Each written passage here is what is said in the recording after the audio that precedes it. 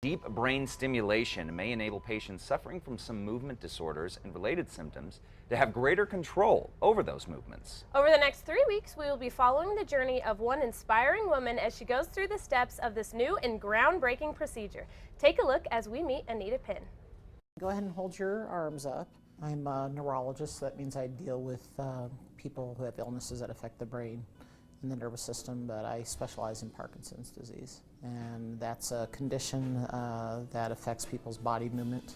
People often have tremors of their arms and legs, and slowness of movement, trouble with their walking, trouble with their balance, and stiffness of their movement. And most people know a little bit about Parkinson's disease because of Michael J. Fox, and there have been more and more famous people who have the condition. So it affects about 1 in 100 people in the United States over age 60, so it's actually very common. When I was first diagnosed, it was February of 2008, and I just had a shaky hand, not anything else. And I went to the doctor and they told me I had Parkinson's. I didn't believe it. And I started looking up and educating myself on it, and I learned that exercise was a good thing, so I started going crazy with exercise. I started walking a couple miles every single day, and I got a job where I made sure I was standing up and walking every day and lifting and stuff like that. I was gonna kill it with exercise. Didn't work, but I tried. When she was first diagnosed, she was living in Texas, and we couldn't see the physical manifestations of the illness, but sometimes you could tell in just a little bit of forgetfulness in phone conversations and stuff like that. But it was really apparent when she came to live with us after her husband passed away about 2 years ago. It was hard because it's my Nana. My Nana's always been there. She was my first play buddy. And I didn't want to see that happen to her, and it was hard for sure. It was hard to see because she does love to do art every single day.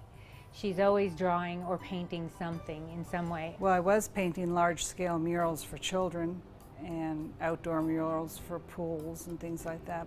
I was doing lots of big murals on ladders and lifting large things of paint and stuff. And then I couldn't do it anymore. I couldn't stay on the ladder. I couldn't have the balance on the ladder and things like that. So I decided to just start drawing smaller things at home.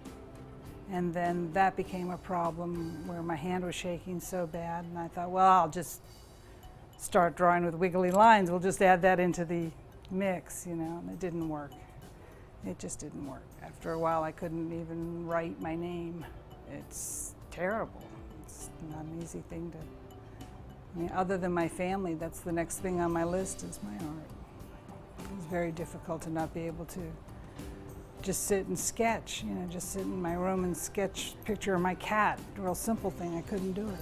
Things we take for granted, just getting up out of a chair, walking from one room to the next room in your house, being able to put your clothes on, being able to bring a spoon to your mouth without shaking, or do it in a timely manner. Some patients, it takes them 30 to 60 minutes just to get dressed. I wasn't able to roll over in bed. I had to sleep on the edge of the bed because I got afraid that if I went in a couple inches, I wouldn't be able to get out, that I'd get trapped in the bed. I couldn't button, so everything had to be simple to dress myself. I couldn't put buckles or belts or things like that on.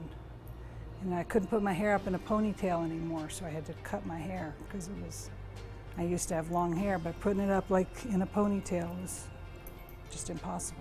People say, okay, you're gonna have trouble getting in and out of a bathtub. Yes, you are. You have trouble driving, things that are really obvious, but there's other things that just, cutting your own meat in a restaurant, how frustrating that is to have to ask somebody, can you please cut my meat when you're in a restaurant?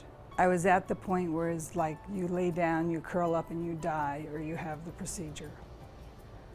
For me, it wasn't a difficult question at all. Everybody's like, oh, you gotta be so brave to consider brain surgery and everything. I'm like, no, your choice is you lay down and give up, or you get up and you fight and you do something about it.